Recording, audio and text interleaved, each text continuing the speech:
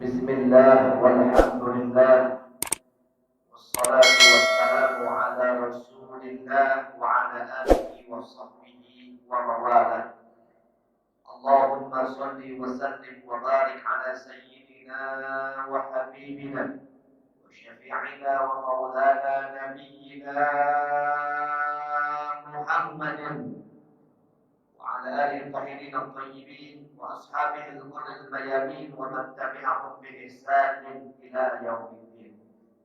اللهم إنا نسألك علما نافعا ورزقا واسعا وعملا متقبلا وشفاء من كل داء وسقم. اللهم ارزقنا فهم النبيين وحفظ المرسلين وإلهام الملائكة المقربين برحمتك يا أرحم الراحمين والحمد لله رب العالمين. تقبل الله منا ومنكم فتقبل يا كريم. Alhamdulillah, puja puji syukur kita panjatkan kepada Allah Subhanahu wa taala. Salawat beserta salam kita sampaikan kepada junjungan kita Nabi besar Muhammad sallallahu alaihi wasallam. Mudah-mudahan perkumpulan kita di malam hari ini dalam rangka tarawih Ramadan di Masjid Rawdatul Jannah menjadi penyebab turunnya rahmat dan barakah dari Allah Subhanahu wa taala. Dan Allah berikan kepada guru-guru kita umur yang panjang, sehat wal afiat, Allah luaskan rezekinya, Allah tambahkan ilmunya, Allah berkahi setiap langkah perjuangannya. Amin ya rabbal alamin. Kepada para asatidz, para tuan-tuan guru, para tokoh masyarakat setempat, wabil khusus segenap DKM Masjid Rawdatul Jannah yang tadi ketuanya sudah menyampaikan sambutan, yaitu Bapak Dr. Andes Al-Hajj Khairus Soleh, semoga dalam lindungan Allah Subhanahu wa taala. Kepada kaum bapak, kaum ibu, para pemuda, para pemudi, hadirin wal hadirat rahimakumullah. Alhamdulillah, satu kebanggaan di awal acara kita menyaksikan anak-anak kita, generasi penerus kita begitu lancar membaca Al-Quran dan sholawatan. Alhamdulillah. Di tengah-tengah sibuk TikTokan, di tengah-tengah sibuk orang main YouTuber, main Facebookan, tapi alhamdulillah kita masih bisa mendidik anak-anak kita untuk cinta Al-Quran. Insya Allah semuanya ahlul Quran. Amin ya rabbal alamin. Bu, masih hidup bu? Alhamdulillah.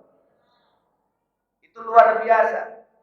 Siapa orang tua yang mengajarkan anaknya baca Al-Quran, apalagi sampai hafiz Al-Quran, kelak nanti di hari kiamat anak tersebut akan membawa mahkota diberikan kepada kedua orang tuanya. Luar biasa. Makanya Nabi ada pepatah mengatakan al-waladu mir'atu abi. Anak itu cerminan kedua orang tuanya. Kalau kita mau lihat siapa bapaknya, lihat aja anaknya. Maka kalau anaknya soleh, anaknya baik, anaknya rajin baca Al-Quran, insya Allah tak jauh buah jatuh dari pohonnya. Insya Allah. Karena kita dekat dengan masjid, gaulnya dengan pengajian, anak-anak kita akan ke bawah soleh. Hidup itu tergantung pergaulan bu ya. Kalau kita gaul dengan tukang minyak wangi, ke bawah bau wangi. Gaul dengan tukang asin, ke bawah bau asin. Gaul dengan tukang jengkol, tahu jengkol itu? Ke bawah bau jengkol. Karena kita gaulnya dengan ulama, dengan pengajian, alhamdulillah kita kecipratan berkah dan solehnya. Alhamdulillah. Oleh karena itu, saya teringat apa yang disampaikan oleh para alim ulama kita. Anak-anak ini Allah sebut dalam Al-Quran sebagai 4 kriteria. Ada jenis 4 anak. Ada berapa? 4. 4 bahasa Arabnya apa? Apa bahasa Arabnya Pak? Arba'atun. 4. Kalau satu apa? Wahid wa Isnin. Kalau 3, salasa. 4, arba'ah. Arba'atu anwa'il aulad. Yang pertama, Al-Quran menyebut anak dalam Al-Quran qurratu a'yun, sebagai penyejuk pandangan. Setiap orang tua menginginkan mendambakan anaknya menjadi qurratu a'yun. Karena kita berdoa setiap sholat, Rabbana hablana min azwajina wa dzurriyyatina qurrata a'yun waj'alna lil muttaqina imama. Mudah-mudahan anak-anak kita semua menjadi qurratu a'yun, menyejuk pandangan kedua orang tua kita. Yang belum punya anak, kita doakan mudah-mudahan cepat punya anak. Yang sudah banyak anak, nambah lagi anaknya. Siap berjuang, Pak? Siap nambah anak?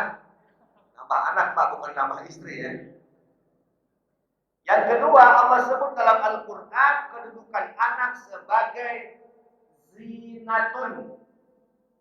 Apa itu zinatun? Perhiasan. Al-malu wal banun zinatul hayatid dunya. Harta dan anak adalah perhiasan dunia.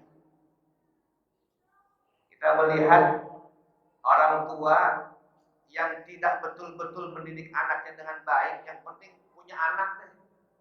Mau anaknya benar atau enggak benar, yang penting dia bangga punya anak. Enggak fokus mendidik anak. Ini anak tidak luput, tidak lepas hanya sebagai zinatul hiasan saja. Yang penting punya anak. Tentunya kita tidak berharap anak menjadi hanya sebagai hiasan, tapi anak harus menjadi qurratu a'yun. Insya. Yang ketiga, Allah sebut anak dalam Al-Quran sebagai fitnatun, ujian bagi kedua orang tuanya. Dalam Al-Quran Allah menyebutkan, innama amwalukum wa auladukum fitnatun. Sesungguhnya harta yang kau miliki, anak-anak yang kau miliki, fitnatun, menjadi ujian bagi kedua orang tuanya. Berapa banyak anak yang durhaka kepada orang tuanya yang membuat fitnah bagi kedua orang tuanya. Anak tersandung kasus narkoba, diungkap, ini anak siapa nih? Oh, anak Bapak Anu. Yang malu siapa? Orang tuanya. Ada anak sempoyongan mabok tengah malam masuk keluar, nyungsep di sawah. Anak siapa nih? Oh, anak Ibu Anu. Yang malu siapa? Orang tuanya. Maka anak seperti ini menjadi fitnah, ujian bagi kedua orang tuanya. Dan yang lebih parah lagi yang keempat, Allah sebut anak dalam Al-Quran sebagai aduwwul lakum, musuh bagi kedua orang tuanya. Ternyata Bapak Ibu, anak yang kita lahirkan dari rahim ibu, setelah besar menjadi anak durhaka, mereka menjadi musuh orang tuanya. Saya mau tanya, banyakkah anak menjadi musuh bagi orang tuanya? Banyak. Anak yang durhaka, yang memenjarakan, yang membunuh orang tuanya sendiri. Na'udzubillahi min dzalik. Nah, semua ini tidak terlepas dari pendidikan kedua orang tuanya. Ada 3 jenis pendidikan. Ada berapa? 3. Apa bahasa Arab 3? Salah satu. 3. Yang pertama, tarbiyatul usrah, pendidikan rumah. Yang kedua, tarbiyatul madrasah, pendidikan sekolah. Yang ketiga, tarbiyatul bi'ah, pendidikan lingkungan. Jadi kalau sekolahnya benar, di rumah tangganya benar, lingkungannya benar, akan membuat karakteristik anak menjadi benar, saudara. Tapi kalau salah satu di 3 ini rusak saja, tidak benar, akan membuat anak juga nggak benar. Di rumahnya bagus, dikontrol ngajinya, diperhatiin belajarnya, di sekolahnya juga bagus, ustadznya ngajarnya luar biasa, top. Tapi lingkungannya nggak benar, teman pergaulannya nggak benar, sohib-sohibnya nggak benar, maka ketidakbenaran ini yu'dzi, akan mempengaruhi anak tersebut. Makanya penting kita kerjasama semuanya. Ini anak-anak kita ini harapan kita, harapan agama, harapan bangsa, pengganti kita semua, betul tidak? Kita semua nggak akan hidup selamanya. Hari demi hari akan terus berputar. Umur kita semakin bertambah, hakikatnya semakin berkurang. Mereka lah yang akan meneruskan estafet perjuangan kita. Kalau bukan mereka, siapa yang kelak akan memakmurkan Masjid Raudhul Jannah ini kemudian hari ibarat. Jangan sampai yang azan aki-aki. Tahu aki-aki Bu? Yang azan aki-aki, yang imam aki-aki, makmumnya aki-aki, pemain inti di masjid segala. Pemain inti doang. Yang mana yang mudanya? Oh, yang mudanya layapan, nongkrong di Nagoya. Ya Nagoya ya. Nongkrong lagi di siput-siput atau di food court tuh. Makan prata.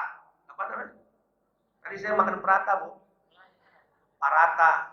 Makan milendir. Coba nama tuh yang bagus, milendir dinamain. Masya Allah.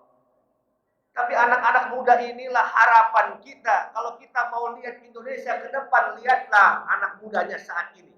Karena syubbanul yaum rijalul qad. Pemuda hari ini pemimpin hari esok. Maka mudah-mudahan dengan mereka terus kita bina, kita didik, kita arahkan. Karena anak-anak itu apa yang mereka lihat, apa yang mereka dengar, apa yang mereka rasakan, itu yang akan mereka tiru dari kita, saudara. Itu yang mereka akan contoh dari kita. Maka jadilah orang tua menjadi suri tauladan yang baik untuk anak-anak kita. Insya Allah. Itu 10 menit saja ya. Berbagi tentang ilmu masalah pendidikan anak. Nah, hari ini kita akan membahas tentang tarhib Ramadan. Tarhib itu adalah menyambut. Kalau kita akan kedatangan tamu istimewa datang ke rumah kita, kira-kira kita sambut nggak? Kira-kira bakal persiapan nggak? Persiapan. Ada presiden datang ke rumah kita. Jangan presiden deh, yang lain aja. Ya, jangan presiden. Presiden mah udah biar kerumunan deh. Ada misalkan Ustadz Abdul Somad datang ke rumah kita. Ya, Ustadz Abdul Somad datang ke rumah kita. Kira-kira ibu sambut nggak, Bu? Sambut. Persiapan nggak? Oh, persiapan. Bapak bilang, Mah bersihin nih jendelanya, ini kotor. Mah jangan lupa nanti masak ini, masak itu. Mah jangan lupa bersihin ini. WC-nya bersihin, halaman. Penyambutan untuk tamu. Ini bulan Ramadan. Bulan yang belum tentu kita akan bertemu di tahun yang akan datang.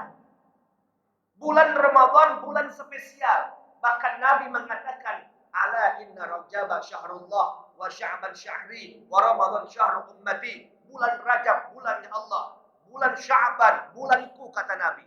Karena perintah sholawat, innallaha wa malaikatahu yusalluna 'alan nabi. Ya ayyuhalladzina amanu sallu 'alaihi wa sallimu taslima.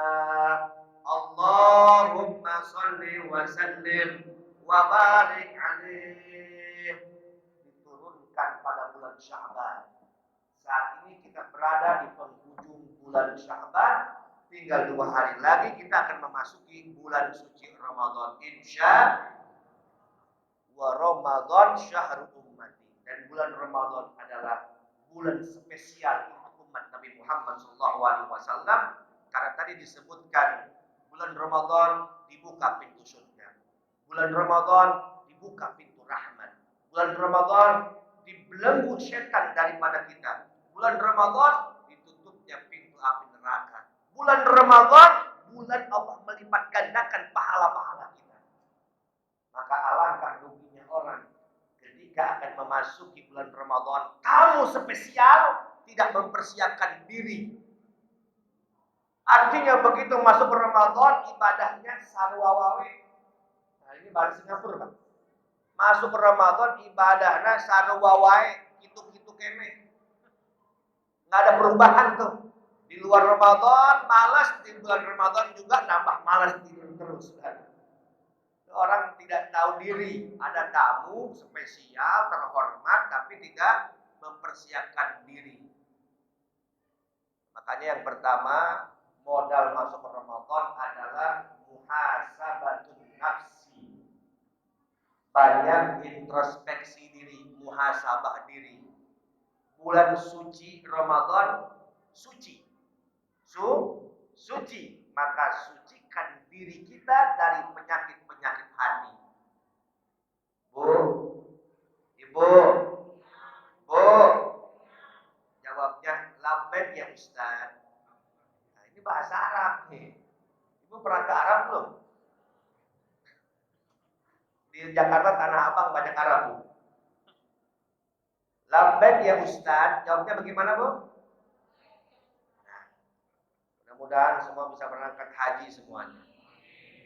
Mau amal naik haji nggak, Bu? Yang udah angkat haji, berangkat haji bisa naik haji lagi, mau nggak? Yang belum naik haji bisa berangkat haji, mau nggak? Amalannya pertama, perbanyak baca surat Ibrahim. Surat apa? Ibrahim. Belum berangkat juga baca surat Ibrahim. Yang kedua, surat Al-Hajj. Surat apa? Al-Hajj. Belum berangkat juga yang ketiga, surat tanah. Baca surat tanah. Jual tanahnya. Cuma tanah sendiri yang ente jual, jangan tanah orang dijual. Tapi gara-gara Covid ya, haji ditutup, umroh ditutup, bangkrut travel umroh. Kasihan dia. Jangankan travel, ustad bangkrut sudah. Ustad bangkrut nggak ada yang ngundang. Ini aja di Batam nih, alhamdulillah ada yang ngundang. Lockdown di mana-mana, apalagi tinggal di Jakarta, serba sulit, serba susah. Ya, sekarang kita ironi, kerumunan di masjid nggak boleh, tapi mall dibuka. Betul tidak? Kerumunan sekolah harus daring, nggak boleh, tapi tempat wisata dibuka. Aneh nggak, Bu? Aneh nggak, Bu? Pejabat kerumunan boleh, ulama kerumunan nggak boleh. Ditangkap lagi ulamanya. Inna lillahi wa inna ilaihi. Kira-kira adil nggak, Bu? Ulama punya anak, nikahin anaknya. Nggak boleh. Ada pejabat datangi YouTuber, si Atta kawin, tahu Atta nggak? Didatengin, saudara. Inna lillahi wa inna ilaihi raji'un. Jadi jangan sampai kerumunan Covid ini hanya berlaku bagi orang-orang rakyat kecil, tapi tumpul bagi para pejabat. Hukum harus ditegakkan seadil-adilnya. Betul? Itu. Makanya hal seperti ini harus kita terus gelorakan. Insya Allah sebetulnya kalau kita punya menjaga dua hal ya, protokol kesehatan dan protokol Allah. Kita ini sering mengedepankan protokol manusia. Protokol manusia itu pakai masker, cuci tangan, jaga jarak itu protokol manusia. Tapi kita sering melupakan protokol Allah. Jaga wudu, bersihkan hati, ya baca istighfar, itu protokol Allah. Sodako itu bisa mencegah 70 macam bahaya. Ayo kita kedepankan protokol Allah Subhanahu wa taala. Insyaallah dengan datangnya bulan suci Ramadan, corona hilang. Amin ya rabbal alamin. Jadi yang pertama untuk menyambut Ramadan, muhasabah diri. Abu Bakar As-Siddiq radhiyallahu taala anhu, beliau setiap malam mengelurkan lidahnya. Lidah beliau ditarik keluar. Kenapa? Karena takut kalau di hari ini beliau berkata yang menyakiti orang lain. Ya, ini muhasabah diri. Sebelum tidur dia ingat-ingat berbuat salah apa hari ini. Umar bin Khattab menyiapkan pecut di dalam kamarnya. Sebelum tidur dia pecut kakinya sendiri. Kenapa? Takut ini kaki melangkah ke tempat-tempat yang gak benar. Padahal sekelas Abu Bakar, sekelas Umar bin Khattab tidak mungkin berbuat salah. Tapi merasa punya dosa. merasa berbuat salah. Kita orang Batam udah banyak dosa, banyak salah, nggak pernah introspeksi diri. Ngaku nggak kita? Ngaku nggak? Bu, ngaku nggak bu? Udah banyak salah, banyak lupa, banyak dosa, nggak pernah merasa punya dosa kita. Akhirnya apa? Mau tidur bukan tasbih yang dipegang, mau tidur bukan zikir yang dibaca, mau tidur bukan istighfar yang dipanjatkan, tapi tidur sibuk dengan HP. Betul? Jujur? Ngaku? Ngaku kita mah.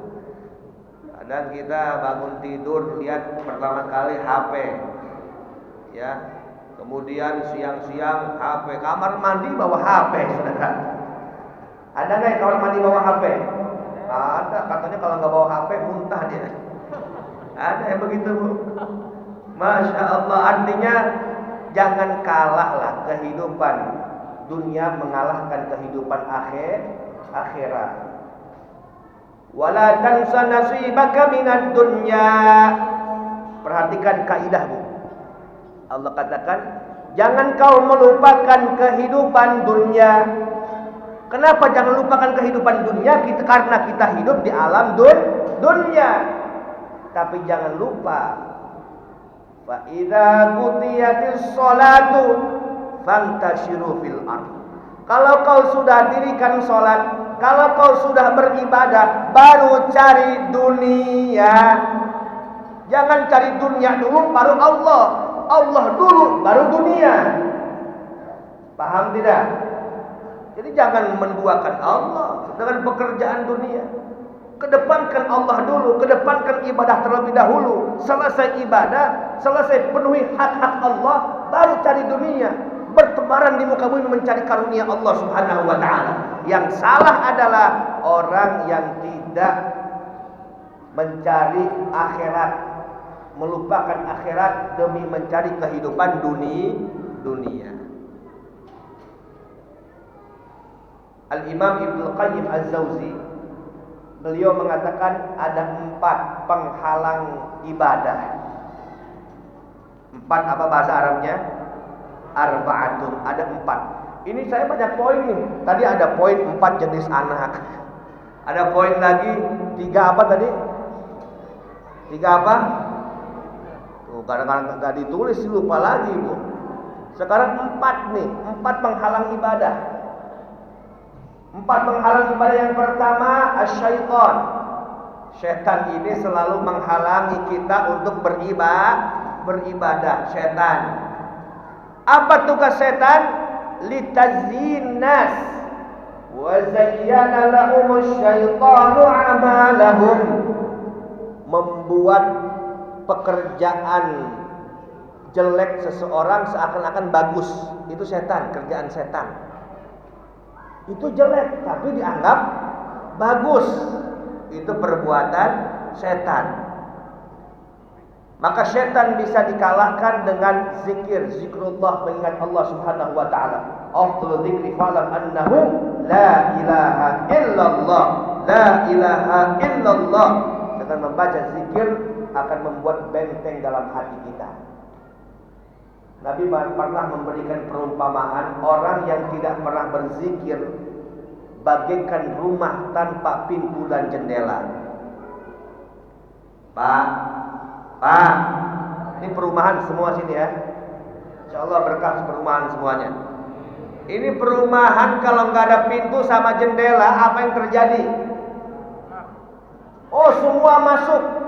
Kucing masuk, kecoa masuk, tikus masuk, maling masuk, semua masuk. Begitu pula dengan hati kita. Hati kalau tidak punya benteng, maka semua penyakit hati akan masuk. Ujub, sum'ah, riya, dengki, hasud, takabur masuk dalam lubuk hati kita. Kenapa? Karena jarang berzikir mengingat Allah. Biasanya ibu-ibu nih, ya yang paling banyak punya penyakit hati ibu-ibu. Tetangganya beli mobil baru, ibu yang kepanasan. Kata knalpot mobil, kenapa ibu yang panas? Harusnya gue knalpot yang panas. Masya Allah. Ibu mau kemana? Ke kondangan. Jangan ke kondangan. Kenapa? Dagingnya awak bu. Jelek-jelekin pernikahan orang. Penyakit hati inilah yang menyebabkan orang masuk neraka. Tidak ada orang masuk neraka gara-gara penyakit keluaran. Betul nggak? Kenapa masuk neraka? Oh, di dunia saya pernah punya penyakit stroke. Ada nggak orang masuk neraka gara-gara penyakit stroke? Nggak ada, saudara. Kenapa punya penyakit? Kenapa masuk neraka? Oh, sewaktu di dunia saya ini punya penyakit diabetes. Nggak ada orang masuk neraka gara-gara penyakit zahir. Semua orang masuk neraka gara-gara penyakit hati. Makanya orang yang masuk surga, man ata biqalbin salim, yang datang menemui Allah dalam memiliki hati yang suci, hati yang bersih. Siap bersihkan hati? Siap bersihkan hati dengan cara tobat. Apa? Tobat. Tobat itu ayyauda, kembali kepada Allah. Ar-ruju' ila Allah, kembali kepada Allah, itu tobat. Jadi kalau kita lagi maksiat, itu lagi salah jalan, lagi tersesat jalan, Pak. Makanya ketika salah jalan harus kembali. Bapak ikuti Google Map yang salah. Mau ikuti apa Bapak mau kembali? Harus kembali. Google Map ngarahin kita mau ke kantor, tapi ngarahinnya 200 meter ke depan ada rumah janda. Kira-kira ikuti apa Bapak belok ke belakang, Mbak? Diikuti ya Bapak. Nah, ketika kita maksiat, menyimpang jalan dari jalan Allah, kunci satu-satunya adalah tobat kembali kepada Allah. Manusia itu tempat salah, tempat lupa. Tidak ada manusia yang luput dari dosa. Betul tidak? Al-insan mahalul khata wal nisyan. Manusia tempat salah dan tempatnya lupa. Jangankan kita ustadz pun banyak yang berbuat dosa. Karena apa? Karena kan dimaksum oleh Allah. Enggak dijaga dari dosa oleh Allah. Kita manusia punya nafsu. Betul tidak? Nah, maka solusi dari perbuatan dosa yang kita kerjakan, apalagi dosa di akhir zaman ini, ulama mengatakan dosa di akhir zaman bagaikan hujan yang deras. Kita bisa bayangkan Bapak Ibu sekalian, hujan yang deras, walaupun pakai payung masih tetap kecipratan hujan. Betul tidak? Hujannya deras. Yang pakai payung itu orang yang masih sholat, masih puasa, masih ngaji, masih hadir di majlis taklim. Segitu solehnya orang masih kecipratan dosa. Apalagi hujan deras nggak pakai payung. Hidup di tengah akhir zaman, nggak pernah sholat, nggak pernah ngaji, nggak pernah ke masjid, nggak cinta ulama, hidupnya akan basah kuyup dengan dosa. Betul? Maka kunci menghapus dosa adalah dengan taubat. Guru saya di Al-Azhar Kairo Mesir, beliau mengatakan ada 4 penghapus dosa. Ini saya banyak poin nih, harusnya ditulis nih. Poin-poin ini penting. Ada 4 penghapus dosa. 3 di dunia, 1 di neraka. 3 di dunia, 1 di neraka. Kalau orang di luar Islam, non Muslim itu dia punya penebus dosa, bisa dibayar, bisa sertifikat, ya, bayar beli dosa gitu. Ada tuh begituan, saudara. Tapi di Islam ada penebus dosa, 3 di dunia, 1 di neraka. Yang pertama penebus dosa dalam Islam, tobat. Makanya Nabi mengatakan at-taubatu tahjubu ma qablaha. Taubat itu menghapus masa lalu. Tidak boleh seseorang mencap dengan masa lalunya. Enggak boleh. Oh, sok alim ente. Gue tahu lu dulunya tukang apa, lu tukang main judi, lu penyamun semua ente. Nggak boleh mencap orang dengan masa lalunya. Lebih baik dulunya dia tukang judi, tapi sekarang rajin ngaji. Daripada sekarang dulunya tukang ngaji, sekarang tukang main judi. Lebih baik dulunya dia tukang maksiat, sekarang tukang sholat. Daripada dulunya tukang sholat, sekarang tukang maksiat. Maka tobat. Istighfar 70 sampai 100 kali. Ya, ini untuk menghapus dosa-dosa kita. Karena setiap dosa yang kita kerjakan itu akan membuat satu noda hitam dalam hati kita. Satu dosa, satu titik hitam. Dua dosa, 2 titik. 1000 dosa, 1000 titik. Kalau tidak dihapus dengan istighfar, maka noda hitam tersebut akan menjadi keras. Ketika hati sudah keras, tidak akan menerima nasihat, saudara. Makanya beruntung, Bu, Pak, beruntung. Salah satu nikmat iman yang Allah berikan kepada hati kita, jika kita berbuat dosa, kita resah hati kita. Itu tanda iman. Tapi kalau kita berbuat dosa, kita senang. Berbuat salah, kita bahagia. Santai saja, enjoy saja. Berarti iman kita sudah mati, saudara. Na'udzubillah ini. Kata Nabi, kullu ummati mu'afin lahum. Semua umatku diampuni dosanya oleh Allah. Ilal mujahirun. Kecuali orang-orang mujahir. Sahabat bertanya, ya Rasulullah, man mujahirun? Siapa orang-orang mujahirun? Ayyaf'ala dzamba tsumma yuhaddisu bihin nas.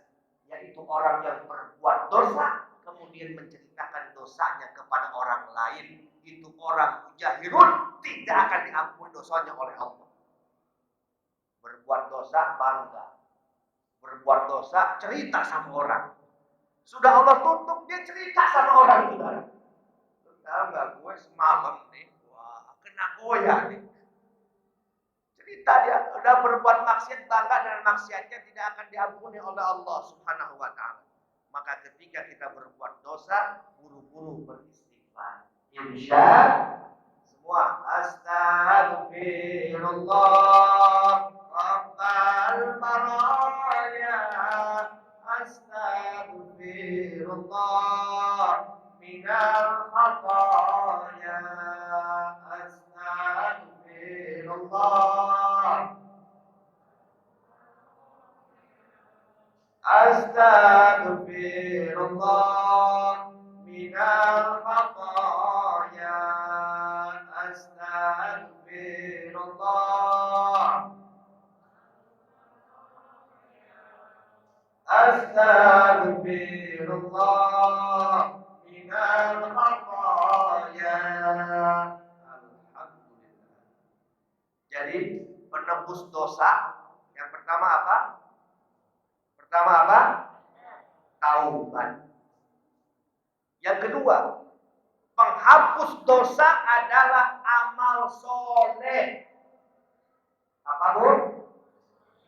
Di sini ada Ustadz Khairus Soleh, Masya Allah. Ini sebaik-baiknya orang soleh. Insya Allah beliau selalu soleh dan mensolehkan orang lain. Amin ya Rabbal alamin.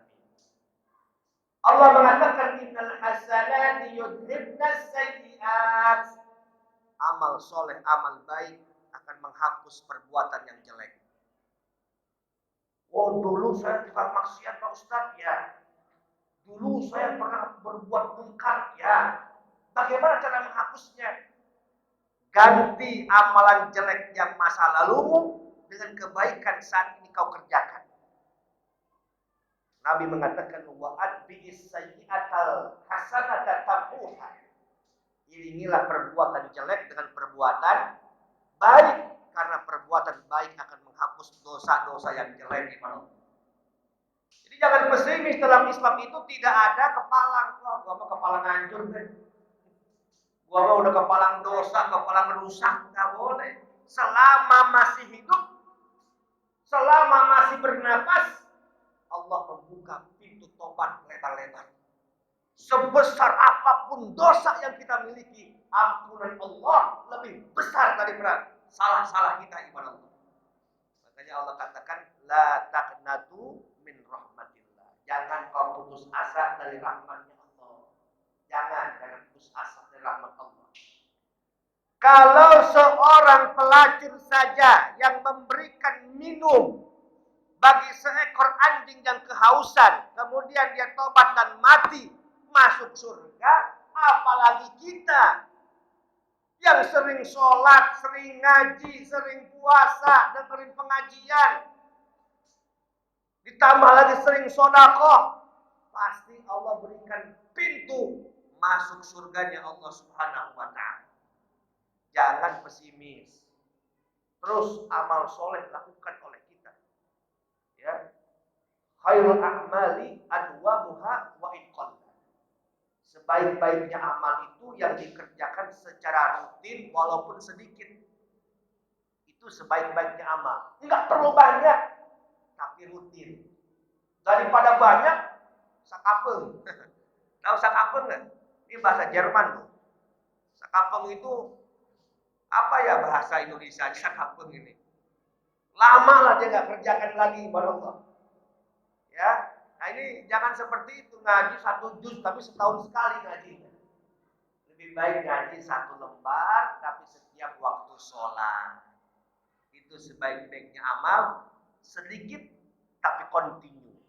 Insya Allah. Kemudian yang ketiga, penghapus dosa itu adalah musibah. Manakala Allah berikan musibah kepada kita, itulah cara Allah menghapus dosa-dosa kita. Apa itu musibah Ustaz? Kullu ma yukrihul qalb.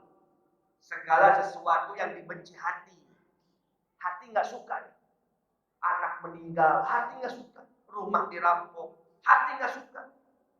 Suami dibawa pelakor, hati nggak suka sebenarnya. Musibah itu, ya. Mobil hilang, hati nggak suka, itu musibah. Manakala kita sabar dengan ujian cobaan Allah Subhanahu wa ta'ala, itulah cara Allah menghapus dosa-dosa kita. Jadi ketika ada musibah, jangan nyalahkan Allah. Allah zalim ya sama saya. Allah jahat ya sama saya. Tak boleh. Allah tidak menzalimi seorang hambanya. Apabila seorang mukmin ditimpa musibah, maka baginya sebagai penghapus dosa, pengangkat derajat. Apabila seorang fasik munafik, kadang sholat, kadang maksiat, ditimpa musibah, itu teguran baginya. Apabila seorang kafir yang ingkar kepada Allah ditimpa musibah, itu azab baginya. Makanya orang beriman, kata Nabi, ajaban li amril mu'min. Aku takjub dengan perkara orang beriman. Kalau diberikan nikmat dia bersyukur, dia baik, dapat pahala. Diberi musibah dia sabar, itu juga baik, dapat pahala. Ketika dapat anugerah bersyukur dapat pahala, alhamdulillah. Ketika ditimpa musibah kita sabar dapat pahala, alhamdulillah. Enggak ada yang merugi dalam Islam, semuanya Allah berikan pahala kepada kita. Makanya ketika Imam Syafi'i ditanya, wahai Imam Syafi'i, ayyuhuma afdal lirrajul? Mana di antara kedua ini yang paling bagus? Pertama, orang diberikan nikmat kemudian dia bersyukur, atau yang kedua orang diberikan ujian kemudian dia bersabar. Imam Syafi'i ditanya nih, nikmat syukur, ujian sabar, mana yang bagus? Kata Imam Syafi'i, la yumakkanu hatta yubtala. Allah tidak akan memberikan kedudukan sampai Allah memberikan ujian kepadanya. Allah tidak akan memberikan anugerah sampai Allah memberikan musibah kepada terlebih dahulu. Fa innallaha ibtala Nuhan wa Ibrahiman wa Musa wa Muhammadan falamma sabaru makanahumullah. Karenanya Allah berikan ujian kepada para nabi. Nabi Nuh Allah uji, Nabi Musa, Nabi Isa, Nabi Hud, Nabi Muhammad sallallahu alaihi wasallam. Ketika mereka bersabar atas ujian Allah, makanahumullah, Allah berikan kedudukan yang tinggi kepada Allah. Maka ketika kita berhasil sabar di dalam melaksanakan perintah Allah, dalam ujian-ujian Allah ini, maka kita akan mendapatkan kedudukan kedudukan yang tinggi di sisi Allah Subhanahu wa ta'ala. Insya sabar itu ada 3 macam. Poin lagi nih. Ini banyak poin, ibu-ibu harus hafal ibu nih. Bapak jangan lupa nanti. Bapak harus hafal nih.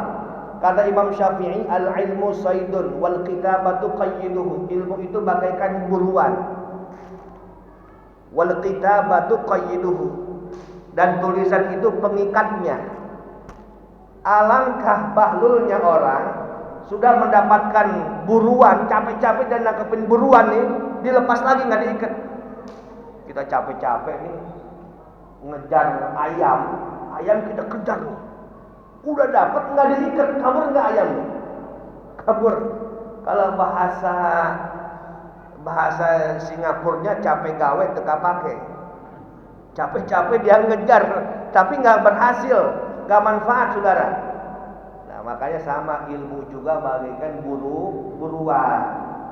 Ilmu kalau nggak diikat dengan tulisan, maka ilmu akan hilang, akan kabur. Betul bu? Ibu coba sekarang ngaji, bapak sekarang ngaji pulang ke rumah ingat nggak? Lupa lagi. Padahal ini poin penting untuk generasi anak-anak. Tapi insya Allah nih ada video nih, ini video rekaman di mana nih?